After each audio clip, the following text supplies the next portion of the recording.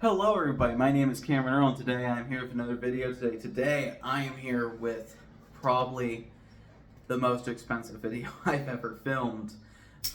This package just got here off of eBay and I am not wasting any time doing an unboxing video. I am cracking right into this. So anyone watching this video is probably going to know what Dead by Daylight is. In case you don't know, Dead by Daylight is a 4v1 game where you can play with friends. It is online. Beautiful. And there's 4 survivors and 1 killer. The survivors are going around trying to find generators that they have to fix via skill checks to open the exit and escape, while the killer is going around attacking them and placing them on meat hooks when they get wounded, and each killer has its own power. I got the collector's edition of the board game and it just arrived today, and I don't want to waste any time unboxing it for you. Oh my god, this box is huge.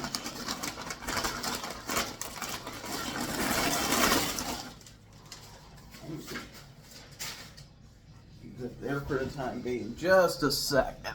Oh. Alright, I am back. I took the liberty of getting it out of the box because, wow, there was a lot. But, yeah. It came in this thing.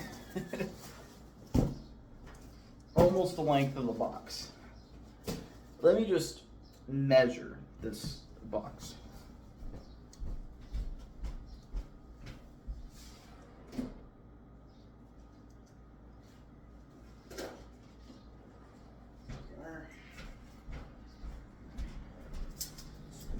Tape measure.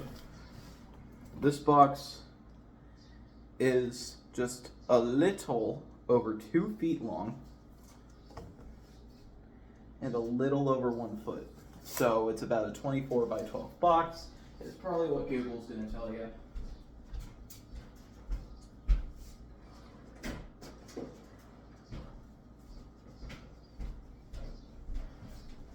But yeah. So this box does have some damage to it. I did just get done taping the side here. The side here is torn. But I wasn't about to pay $400 for it. So, and you know, I don't know. I think the damaged box actually gives the box more character. But the box is heavy, and all the back says is death is not an escape. And turning around here, we have the main face of Dead by Daylight, the Trapper there, and we have the tally marks, and it says Dead by Daylight, the board game, Collector's Edition. The Collector's Edition comes with, like, twice the killers, twice the survivors, and, instead of the hooks and generators being cardboard tokens in the Collector's Edition, you actually get miniatures for them. And the blood points, I'm pretty sure, also replaced with the cardboard blood points. I'm pretty sure are also replaced with plastic.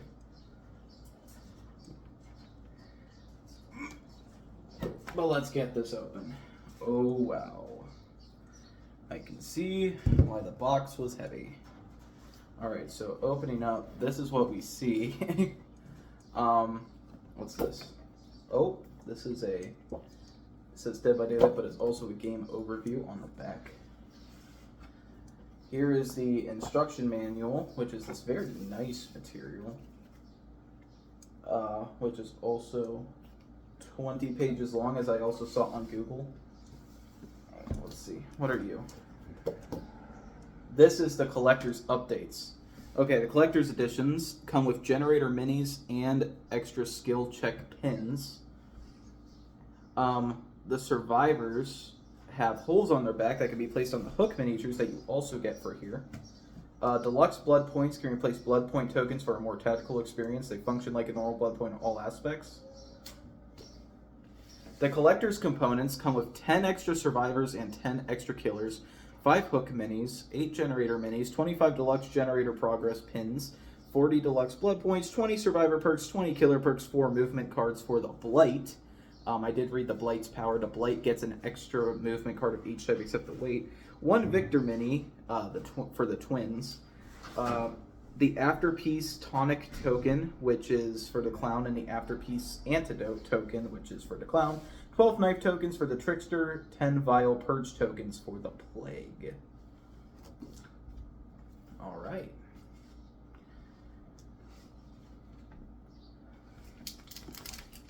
All right, so here we have some killer mats, and then here we have some survivor mats. This looks like this is the DLC Collector's Edition killer mats, because here's the Clown, and this also, because I think this is I don't think Kate Denson's in the original set. I think these are the original survivors, and here's the nurse here. Yeah, these are.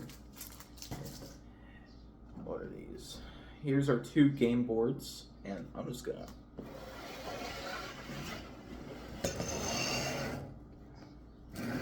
Slide that over there. Here we have some game boards, and these are double-sided game boards. So, what we're looking at here is up top. Here is the sacrifice tracker, which is how a killer wins if they boost the sacrifice tracker up to the top via hooking survivors, and this is how the survivors win, by completing 4 generators and then finding the exit. And the locations are connected by red, green, blue, and yellow symbols, which either mean crouch, vault, sneak, or sprint. And these are both double-sided boards. This is Ormond. This is, the other side is Crotus Pren Asylum. And there's also items placed on your board. And then the other board is in here. Where are you? The locations of this board are, oh, I recognize this location immediately. We have, this is the Autohaven Wreckers. And then this is the other side is the one that I noticed, which is the Macmillan Estate. I haven't played Dead by Daylight the most, but I have been recently getting into it, playing with my girlfriend, who's an expert at Dead by Daylight. She's crazy good at Dead by Daylight. Alright, so I did buy this off eBay, so it looks like some of the tokens are already punched out, but it looks like it's the Trickster's tokens who are punched out, and these look like the Plague's little chalices there, and those look like the Clown's tokens. So the Tricksters must be in here somewhere, and whoa. Alright, so we already have some cards everywhere. Oh. Oh, no. Oh, that's not good. Oh, that came back. That's bad. Oh, that's really damaged. The card's ironically named Resilience. Oh, wow. You are motivated by dire situations at the start of cleanup. If you were wounded this round, take a survivor bonus turn. So, I'm pretty sure... Okay, let's see here. We got blue cards, brown cards, and red cards. And also some bright orange cards. These cards look to be like survivor perks. I know that there's a game mode they introduced where instead of using the perks that are pre-printed on the survivor's card you play as, you could choose your own perks for them. What are these? These look like the action cards. So we got the sprint card. We got the sneak card. We got the vault card, and we got the crouch card. And what are these? Because these cards have a slightly brighter background than these ones. These look to be the item cards. We got some toolboxes in here. We got a dual key, a firecracker, a first aid kit, a rainbow map, a flashlight. Okay, so that we do got items. This game just looks really well put together, and I am looking at this, and I am so excited to get to the miniatures. Like, where I'm pulling this out of is this much of the box, the bottom right corner of the box. The rest of it is all miniatures in here. And these must be killer perks that are still wrapped in plastic. All right. Oh, we have our deluxe blood points. These are the normal blood points. So usually the blood points are tokens like this. In the collector's edition, there's these deluxe plastic ones that just look so much better. I want to see one. Oh yeah, those look dope. They're not cheap plastic either. Doesn't look like or feel like at all. These must be the generator progress pins, which you plug into the generators, and these are the white tokens in here, the normal progress pins. We got what the killer uses to keep the what you place on the sacrifice meter at the top. Once you get 8, you lose. The little hook symbols here. Here we have some wounded blood pools, which is what you put on the bottom of Survivor's miniature when they're wounded and hooked. This is the first player marker, which marks the first player taking an action at the beginning of every round. Here's our 4 dice. We got, these are really big dice, honestly. We got the normal 4 skill check dice, and then we got the danger die, which instead of having 4 successes, 1 great success, and a fail, this one has 4 fails and 2 great successes on them, which you only roll a danger die in very dire situations. It looks like we have some killers stuff down here. This must be what the Trickster's Knife tokens look like, because I'll never forget how terrible the Trickster is to go against, because they need to nerf him. I noticed this immediately. These are the Hag's symbols, the traps that she puts on the ground. Speaking of traps, we also have what looks like the Trapper's Bear traps that I'm assuming he also places, because that's his power. We got Brain. Brain. Why do I feel like that's something with the Doctor? I feel like Brain is something with the Doctor. Yeah, that's all the tokens I can see in here with the different symbols on them. And we have some breakable wall tokens, which only the killer can move through. And survivors, they can sabotage hooks, and you play, but they can only have 1 sabotaged hook at a time.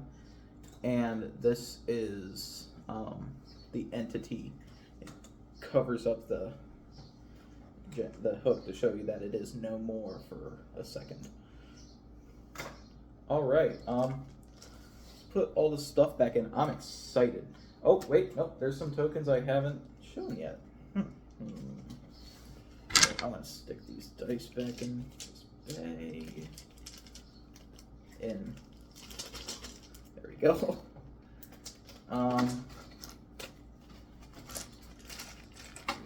Oops, so nice. Where's your sacred son now? Alright, I'm going to keep these out because I know what I want to do with them. Alright, here we have our tokens. Now, each board, let me see if I can get an example. Each space shows a certain amount of symbols at the top. Like here you place 1 yellow token, 1 red token, and 2 blue tokens. And each tokens have the same things on them. So survivors are, since I do know how to play this game, because I've watched the same like 3 YouTube videos like dozen times already, and go subscribe to Filk's Tabletop because just him can show you great ways to play this game. Alright, so I'm going to try to get every symbol, every thing that could be on these tokens out. And I'm doing a pretty good job at it. Alright, so I have, there is 8 different symbols that could be on these tokens. There's 4 colors of tokens. There's yellow, green, red, and blue. Excuse me. Now the yellow symbols have targets on the back of them. These are what survivors are going to want to interact with. When they enter a space and do the interaction, they can flip they can choose to flip over a yellow token. The yellow token will either be a generator or it'll be an exit. The survivors have to then interact with the generators and get 3 good skill checks on it at least, and then go and do the same thing for the exit to open the exit. The 2 symbols that could be on the green are, first one is crows. Crows allow you to take a bonus turn as a survivor when you interact with them in exchange for giving the killer 1 blood point, which they can use for perks. There's also the pallet, which the pallet you can plop down on any space. Like if I plopped it down here and the killer was here and he was trying to go this way to this location with a crouch action, he would first hit this pallet, the pallet would disappear, and he would go back to this location. So the pallets are good for you. Here we have a treasure chest, which lets you draw a card from the item deck. And here we have the locker, which the locker, when you interact, you hide in it, and when the killer opens it, I'm pretty sure they have to use the black die to roll a failure to open it. I'm pretty sure it's actually kind of hard for a killer to open a locker in this game. All right. And now on the red, which is what the killer can interact with besides generators, the killer can break generators, and the killer can interact with crows to gain 2 blood points and lockers. And I'm pretty sure one of the killers in here can also interact with a chest. So first thing we have is the hooks. And the hooks is obviously when you reveal it, you take it off or replace it with a hook mini. If you have the collector's edition, if not, this will just stay there. And you could place a survivor on it to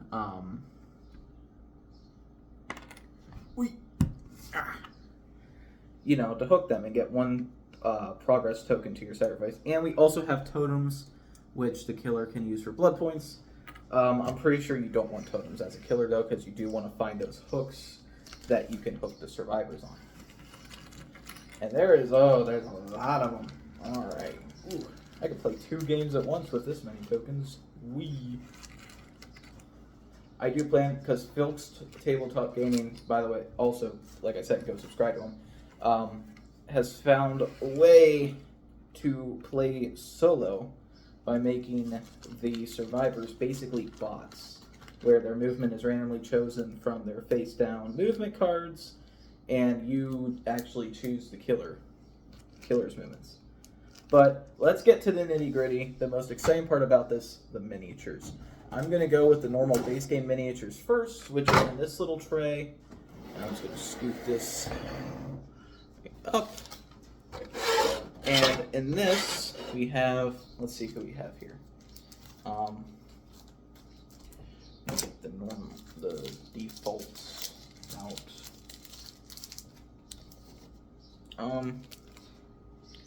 You in here? No, I don't see you. I think I might have put something wrong here. You go there. There's more survivors than killers in this game, for sure. Alright, I think these are it. I just wish it showed me what their miniatures look like on the thing.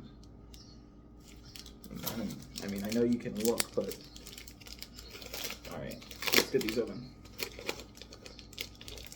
Oh, I forget what the name of the material is, but these are that nice gritty thing, like it feels like Pokemon cards, the textured ones. Alright, let's see what we got here. Oh yeah, these are the default guys, because the white's in here.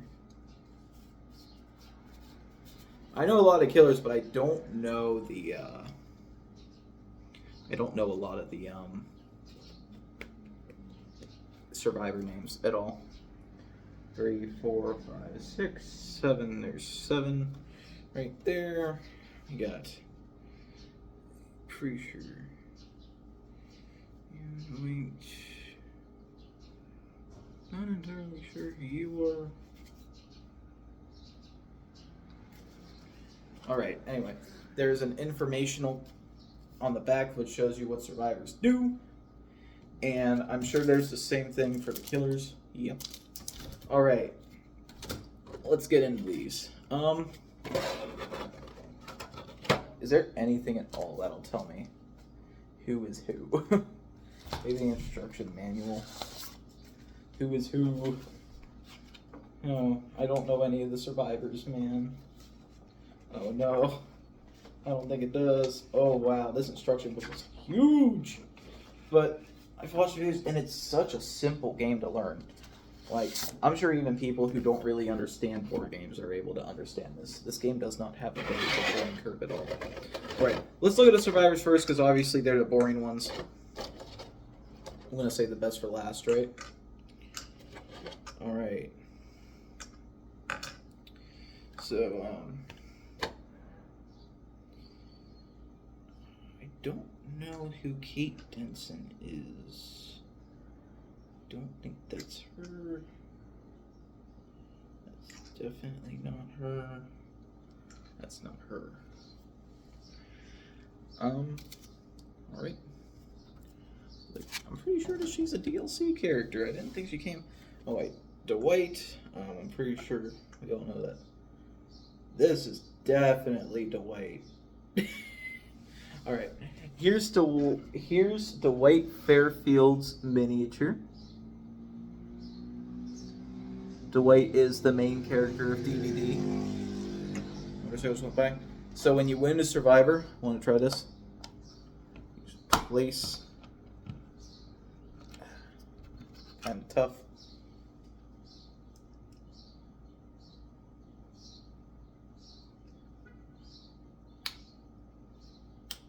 They kind of just clip in there. They got a wounded pool of blood on them. And they're wounded. Alright, Dwight Fairfield is difficulty easy. I'm not going to go over all their perks, though. I'll just go over their basic abilities. I'll just go over the basic abilities of the killers. I don't plan on going over them here. Jane Romero. Don't think you exist in this group. Don't think that's you. Pretty sure Jane Romero doesn't exist in this group that we have here.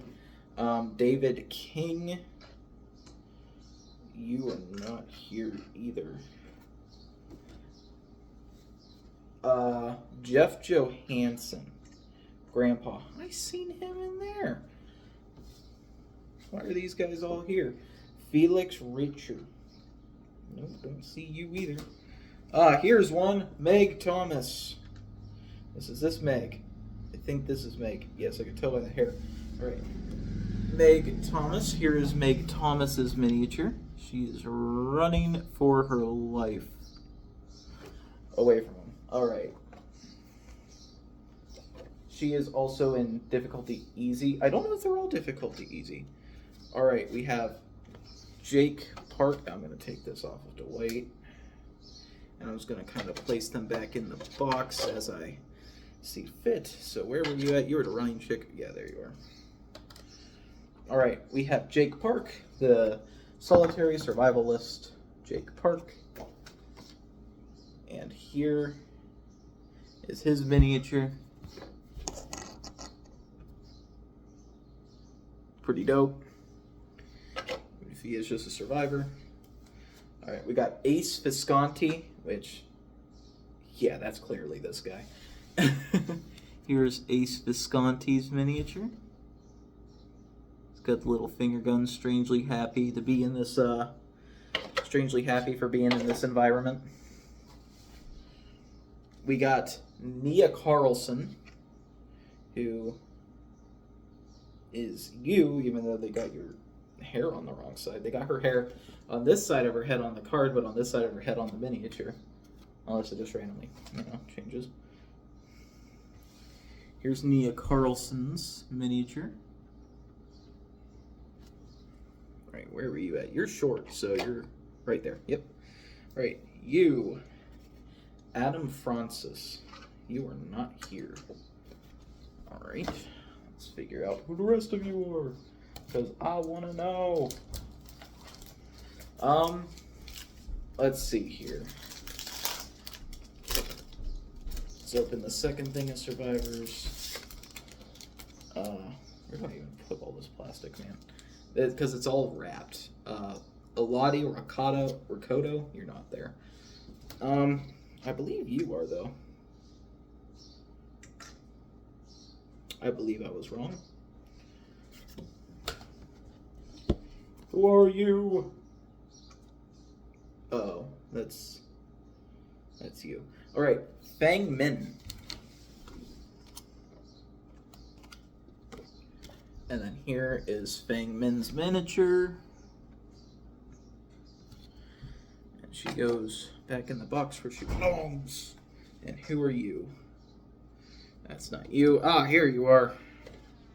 No mistaking here, I don't think. No. Here you are. Claudette Morel. And here is Claudette's miniature.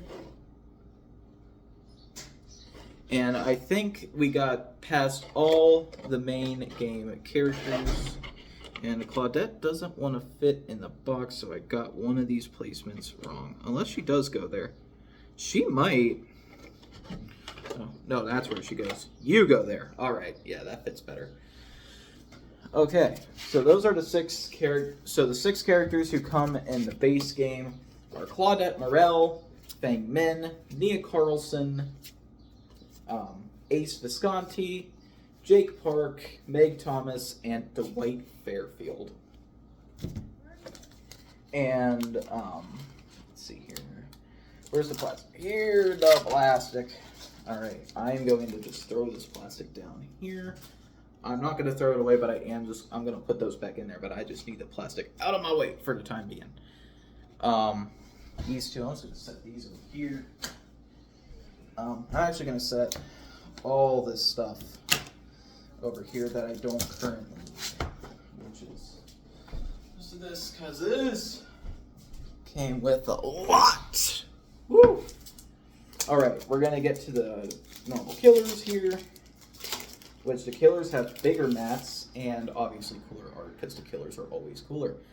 So the first character we got up here is the nurse. Who they say that the nurse is an easy villain to play in this game.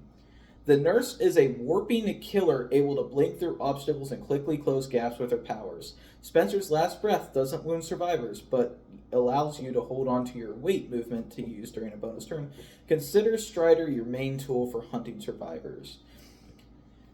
The nurse's ability is Spencer's last breath. Move to any connected space, ignoring pallets and breakable walls. When using this power, you may also move against one-way paths, which one-way paths are the vaults. Alright. So the nurse is powerful. Alright, we have the hag, who is said to be a difficult killer to play. Now, they're not talking about, like, matching them with the games, how they are in the games. They're matching them with how they play in this game. The hag is a cursed killer. Oh, I didn't show you the nurse's miniature. Oh, yeah. Oh, that's so dope.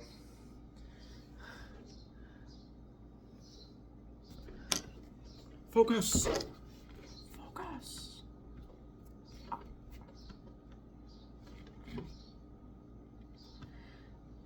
Oh, yeah. Very cool. Very evil, very powerful Dead by Daylight character. We have the hag, who is said to be a hard killer to play. The hag is a cursed killer able to phantasm traps and then teleport to them upon activation by using her power. Place a phantasm trap every turn if you're able to, and prioritize rooms with generators. Not only will phantasm traps generate a lot of blood points, but they will often give you cheap or free attacks. So her power is the Blackened Catalyst. Place a phantasm trap in your space. If there is a hex totem in your space, gain a blood point. No more than one phantasm mat may be placed in each space. Her passive is whenever which is what happens with her portals when it comes to survivors. When a survivor enters a space with a phantasm trap, remove the trap, and that survivor rolls a skill check die, which are the black ones. The red one is the danger die. You may then choose to gain a blood point or spend blood points equal to the numbers shown on the die to move directly to the trap space and interact with the survivor. Wait, hang on. You may then choose to gain a blood point or spend equal blood points to the numbers shown on the die to move directly to the trapped space and interact with the survivor in that space. Since a skill check failure is a 0, you could teleport and interact for free in this case, which is the skull. So blood points, you can only have a max of 12 as a killer, and survivors, I'm pretty sure, can only have, how much? Survivors can have a max of 6. Killers can have a max of 12 blood points. So that's the hag. And her miniature is also really cool. Here's the hag. Very obviously, her attacking hand is the very large one. All right, you are. Hello. You are a DLC killer, so we ain't looking at you. Hang on a second. All right, so. Next, we have the Hillbilly, which is said to be an easy killer to play. The Hillbilly is a high-mobility killer able to cover large distances and wound survivors using his chainsaw. Try to stay near the center of the board, where your leftover movement cards are most effective. The chainsaw can also be used for extra mobility, but not just attacking. His power is the chainsaw. Discard a movement card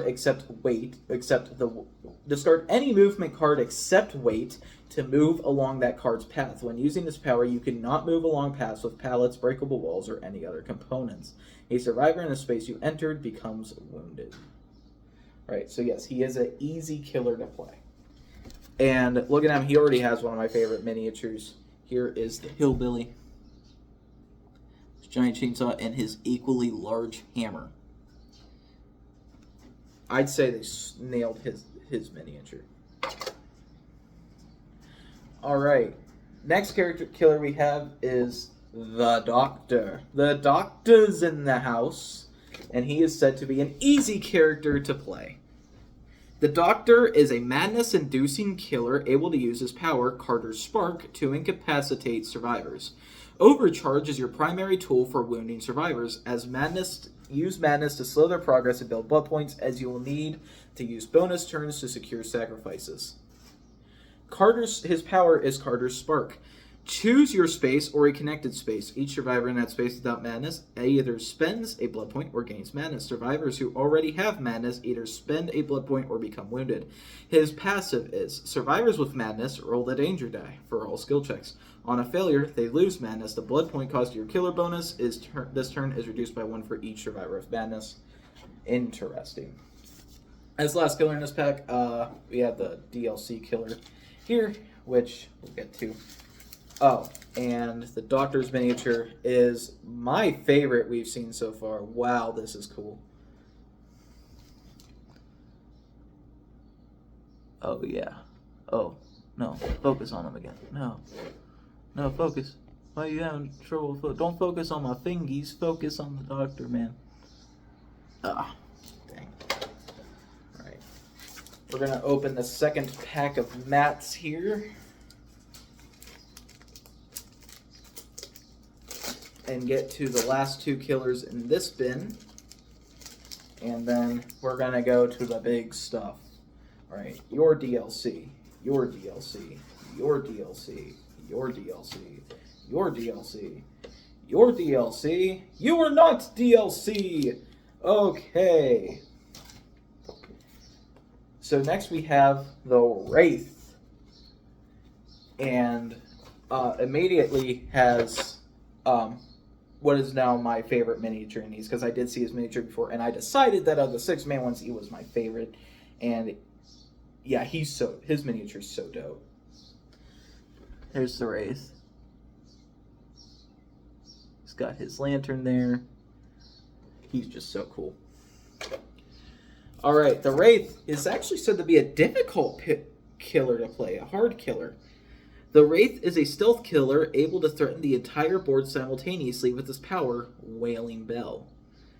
Use Wailing Bell as your first interaction. If you miss a survivor to set up for your second move/attack, using the bell is slow, so prioritize scoring 2 normal attacks when you can. Shadowborn can make up for lost time. His power is very short and simple. Wailing Bell. Move directly to a space that is not connected to your space. So yeah, he teleports around the board. probably a more effective way than the nurse might, actually. All right, DLC. Oh, I'm so excited for you. And a DLC. And our final killer in the main bin is the Trapper, the face of DBD himself. And it's funny because it actually says that he is a hard killer to play. The Trapper is an area control killer, able to apply pressure across the board by placing deadly bear traps for survivors to step into. Use bear traps early to lock down key routes on the board. Avoid breaking walls when possible to force a survivor over your traps more often. His power is the bear trap. Place a bear trap on a connected path without a pallet, breakable wall, or any other component. You may remove an existing bear trap to replace a new one. When his passive is when a survivor moves along a path with a bear trap, they roll the danger die. On a failure, remove the bear trap and the survivor becomes wounded. If the survivor was already wounded, gain a sacrifice progress. And the Trapper's miniature, though basic, is still very cool. And, oh, he's not actually holding a bear trap. Huh. I think they would have actually made him holding a bear trap, but no, he's just holding this open. Basic killer miniature, but you don't get any more basic and Dead by Daylight killers than with the Trapper. Alright, so these main guys are done. We are going to put them back in the box. We're going to take all of the survivor boards here and all the killer boards here. Here we go. Now we got the big one. Literally twice the size of the other one. Alright, so let's get the survivors. First survivor I have here is Yunjin Lee. She came in the Trickster chapter. And where is her miniature? Yunjin Lee. Oh, that's you. That's you for sure. Alright. There is Yunjin Lee's miniature. Very paranoid looking. Set all the generators aside for now. We will get to those in due time. Right, our next survivor is Yui Kimura. Where are you? There's Yui. Alright, where are you? Is this you? Yeah, that's you. She has actually said to be the difficult killer to play. That's like our first hard killer. Oh, no. Oh, that's the one coming up. Right. There is Yui Kimura.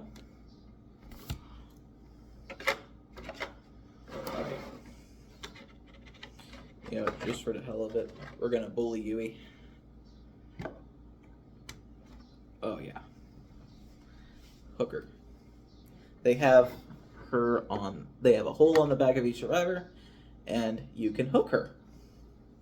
Boom. I don't know if you get the normal game, I don't know if the survivor miniatures have holes on their backs. Alright. Jin Lee. Alright, here we have Zarina Kasir. Where is Zarina Kasir? Is this you? Oh yeah. I can see the scarf. Some characters are just wearing certain things that you can tell that they are. She has her hands up in like that picture square thing. Don't know why it doesn't want to focus on the right stuff.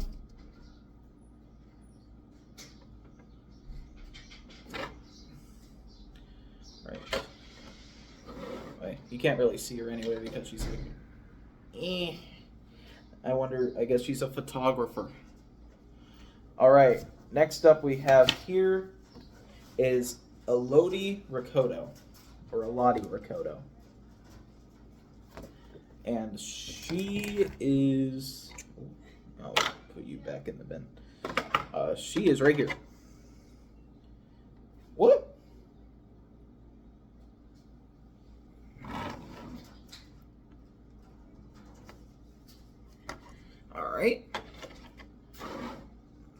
Next we have Adam Francis. And you, sir, are... That is not you.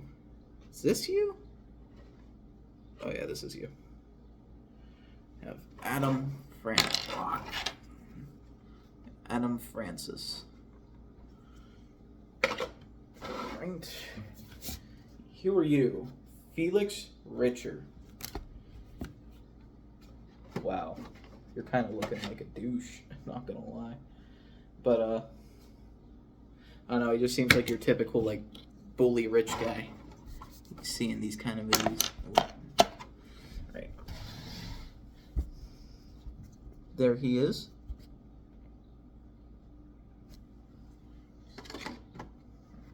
Alright, here we have Grandpa. Jeff Johansson. And, yeah, that's definitely you. There's your boy, Jeff.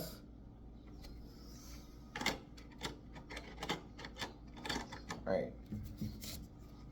We have David King. And he's right here, putting his hands up like he's gonna do something to you.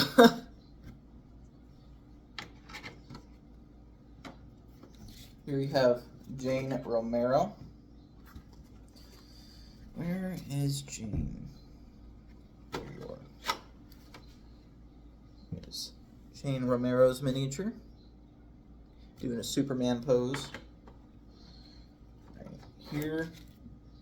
And our final survivor, which, yeah, we have looked at all of them, right? Yeah, our final survivor is Kate Denson.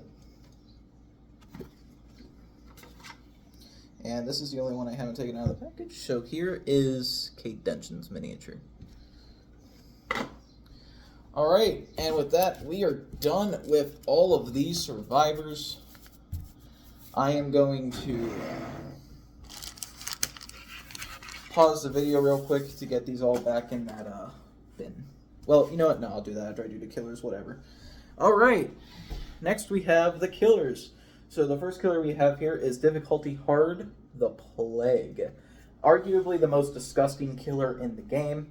Difficulty hard. The Plague is a devout killer able to infect and disable survivors using her power, Vile Purge. Vile Purge... Why? Anyway. Vile Purge starts off slowly, but it can quickly overwhelm survivors in the late game. Try to reserve your perks for when they can secure your wounds, or when they can secure you wound. Oh, wow. Try to reserve your perks for when they can secure you wounds or free sacrifice progression. Her power, Vile Purge. Choose a connected space. Place a Vile Purge in both your space and a connected space. No more than one Vile Purge may be in each space. Passive. When a survivor enters a space with a Vile Purge, they take it and cover one of their perks with it. Covered perks cannot be used. When a survivor gains their third Vile Purge, they discard all of them and become wounded. If the survivor was already wounded, gain a sacrifice progress. When a survivor interacts with a locker, they remove one Vile Purge and place it in their space, or remove it if the space has already has one. Alright, so there is a way to remove them, and yeah, the Plague seems like a very complex killer to play as. And just like in the game, she is the tallest, one of the tallest miniatures here. Here is the Plague in all of her very, very tall glory.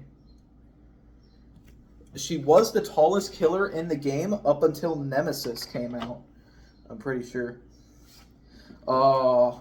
My girlfriend's least favorite killer, the only one she says she's scared of. The Blight. He is a difficult killer to play, it says. It says he's a hard killer.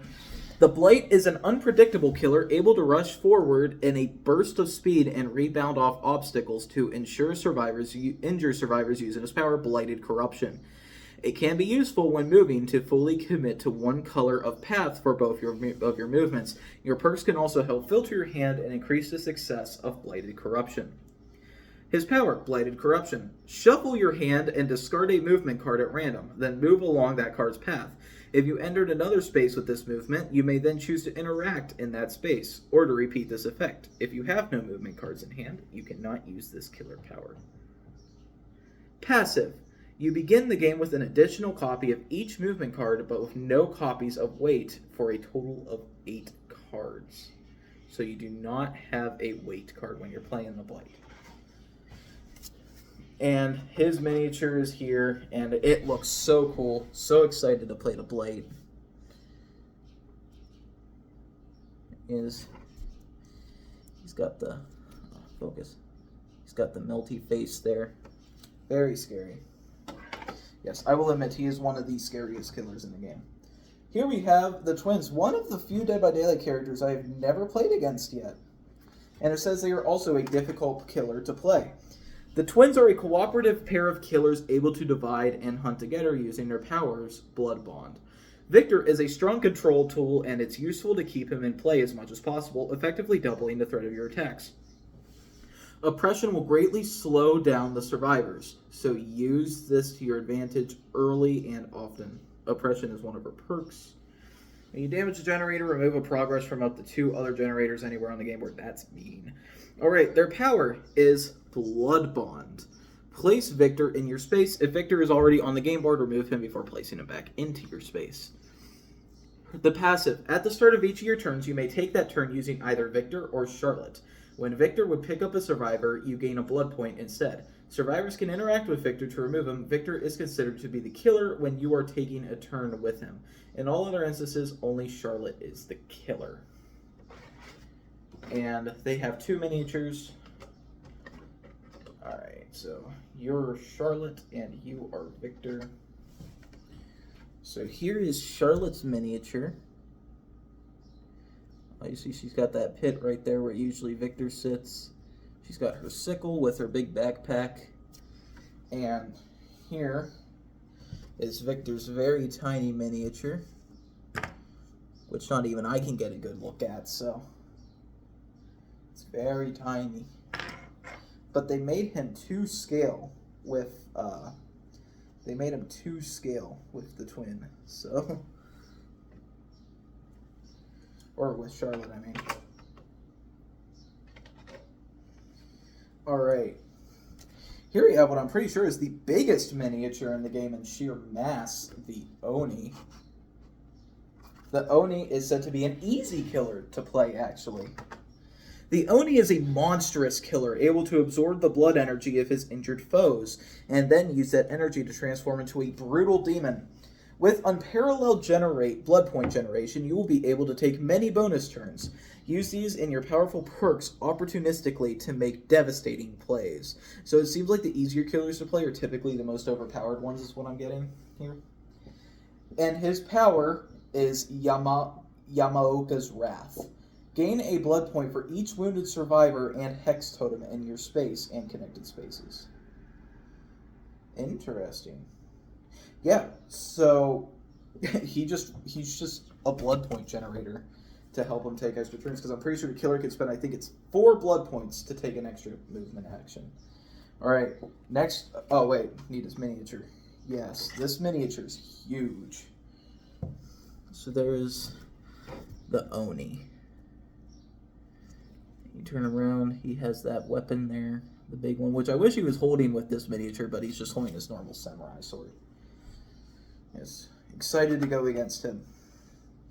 Next we have the Spirit, and the Spirit is said to be an easy killer to play. The Spirit is a phase-walking killer able to catch survivors off guard with her far-reaching power. Yamaoka's Haunting. Always be conscious of the paths that connect your destination and try to move in ways that can serve your best movement cards. It's alright to use Yamaoka's Haunting to trigger hex totems if you don't have better opportunities. Her power is Yamaoka's Haunting. Discard a movement card except Wait to interact with a healthy survivor or prop in a space connected by that card's path. That's dope. And I said that the Wraith was my favorite miniature of the original 6, but she is my favorite miniature, period. They splendidly molded her detached limbs perfectly. Her miniature just looks so cool. I dropped it. Alright. Yeah, her samurai sword's kind of bent, but I expected that. Alright. Our next killer is the Death Slinger. I'm actually curious to see how this guy works. The Death Slinger is a vengeful killer able to spear survivors from a distance and reel them in using his power, the Redeemer. He is difficulty hard. Unlike most powers, Redeemer excels at securing sacrifices. Try to position yourself near hooks when using this power so that there's no chance of losing your quarry after hitting a shot. His power is Redeemer. Choose a wounded survivor in a connected space without a pallet or breakable wall in its path. Secretly discard a movement card. The chosen survivor guesses that movement card, then you reveal it. If they guess incorrectly, they move up into your space and you pick them up. So that's essentially them not knowing or knowing how to juke you. Your shots, like knowing where you're shooting. He has a very cool miniature. If it is just him standing there with his gun, but he looks dang cool while he's doing it. Still one of the most annoying killers in the game, though. Hate that guy. Alright, next we have the Huntress. The Huntress is said to be an easy difficulty. The Huntress is a ranged killer able to throw hunting hatchets at survivors to injure them from a distance. Hunting hatchets will easily keep most survivors wounded, allowing you to focus on making sacrifices. Huntress's lullaby gives you a new way to hunt survivors, especially when they are cornered in rooms with few exits. Her power is hunting hatchets. A survivor in a connected space rolls the danger die. On a failure, they become wounded. So you have a 4 of 6 chance to become wounded. And here is her miniature.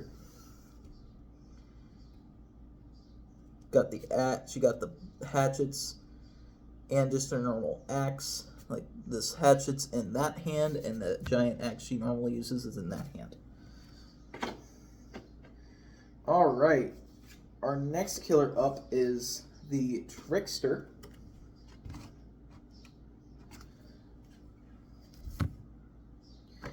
And he is said to be a hard killer to play.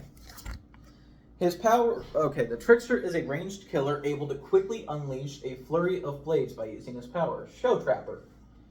Prioritize Showstopper anytime you can distribute at least 3 knives. Use No Way Out every opportunity you get. The extra time you buy will give you more opportunities to secure wounds and sacrifices progression. I'm only going to read the perks if his little description up here names it specifically. So this perk, No Way Out, you're not going to just let anyone into the VIP room. When a survivor with fewer blood points than you would interact with the generator or the exit gates, prevent that interaction. For 1 blood point, that's crazy. Alright, power, Showstopper. Each survivor in your space and connected spaces gains a knife. Survivor's maximum blood points decreases by 2 for each knife they have. Survivors discard any blood points beyond their maximum. After a survivor interacts with a locker, they discard all their knives. When a survivor gains a 3rd knife, they become wounded. If a survivor would gain a 4th knife, gain a sacrifice progress. Instead, a survivor with 3 knives cannot become healthy. And that's in his space, connected spaces. Wow, this guy's going to be annoying. I'm excited to play him, though. His power sounds really fun, actually. And here is his miniature. He has his normal bat there, but he also is holding up his knives with his trench vest. Alright. Next killer we got is probably the most basic looking killer, the Legion. Just a guy in a mask, but he is said to be an easy killer to play, and let's see how he works. The Legion are a band of merciless killers able to rush down healthy survivors with their power, Feral Frenzy. Your power and perks are designed to intimidate, so be aware that you're getting value even when you're not using them. Be sure to keep resources on hand so you can punish survivors who work together. Feral Frenzy is his power. Each survivor in your space becomes wounded. If at least 1 survivor was already wounded, gain a blood point. Alright, seems simple enough. And here is his miniature. Can't really see the details on the face. But, oh, that's because they're just really not carved, actually. I was watching some YouTube videos, and some of them, they look a lot more carved in. Alright, and our final killer here is the Clown. He is a difficulty hard killer to play. The clown is a strategic killer? This clown is a strategic killer able to control and corral survivors by throwing bottles of After-Peace tonic to create clouds of noxious gas that cover large areas. Bamboozle and Chorophobia give you strong tools to control survivors' paths. You must rely on your own attack to wound survivors, but After-Peace Antidote can be used to correct missed opportunities. So it actually names 2 of his perks here. So for 2 blood points, you can use Chorophobia.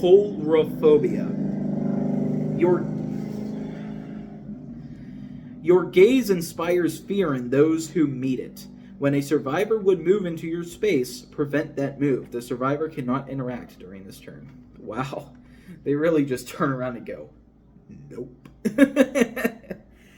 And for 1 blood point, you can use Bamboozle. The entity's realm shifts and twists around you. At the start of the planning phase, place the entity on a path. Players treat it as a breakable wall. You may pass through it freely. Alright, so breakable walls, only the killer can go through, and then that breakable wall disappears, but he can move through it freely without breaking the breakable wall, but the survivors cannot. Alright, his power is the After-Peace Tonic. Place your After-Peace Tonic or After-Peace Antidote in your space or a connected space. You may remove an existing After-Peace Tonic or After-Peace Antidote to place a new one. Alright, the After-Peace Tonic, I'm presuming, is the purple one. While a survivor is in a space with your After-Peace Tonic, they set their movement cards face up. Or, when you got the After-Peace Antidote, when the killer or survivor enters a space with your After-Peace Antidote, that killer or survivor may move again along any other path before interacting. Interesting. Alright, so... Wait, how do you... Place your After-Peace Tonic or After-Peace Antidote in your space or a connected space. You may remove an existing After-Peace Tonic or After-Peace Antidote. Okay. And the clown's miniature, oh, that looks sharp, it is right here. It's got 1 bottle in the hand and a knife in the other. Alright. Now let's get to the final part of this. We got the Hook miniatures, which I already kind of showed. I'm pretty sure they're all just the exact same mold, so I'm not going to just bring them all out. But there is 5 of them. And here is a Hook. Very cool miniature. Much better than having the tokens, I guess. Alright, and when you would be one to hook survivor, let's go this guy. They have a hole on the back, and when you would hook them, you would simply put the hook in the hole in their back, and they would just dangle there like that until another player would come and rescue them. So that's how the hooks are. And here we have 8 generator tokens, which each one looks like it's molded differently. They look like they are, at least. And there's 8 of these. And here is generator. Very cool. And just know that you're not going to get these Hook miniatures, anything in here, or the generators if you just get the base game. They only come with the collector's edition. Alright, so when you roll your skill check dice to do a skill check, for each success you get, you take one of these white studs, and you just pop it right in there to show your progress on a generator. Once it is complete, you remove the generator as a whole, and you place it where that track is at the top of the board to show that you have 1 generator completed. When 4 of them are completed, you go find wherever the exit token is, and you have to have 3 of these by an exit to open it via, the normal skill checks. I am going to immediately try this game after getting off of this very long YouTube video. This is probably going to be one of the longest videos on my channel, besides that Twitch stream that I just uploaded, which, don't watch that. It's probably going to get deleted, because the recording didn't work the way I thought it was going to, and I'm actually talking to my girlfriend who I was playing with during the video, but can't hear her, so it's kind of just like I'm talking to myself in a really weird way. But yeah, that was this very messy unboxing of Dead by Daylight, the board game. Anyway, have a good day, and I'll see you on the next video. Comment, like, subscribe, do whatever you want. I'm not forcing you to do anything, but please have a good night.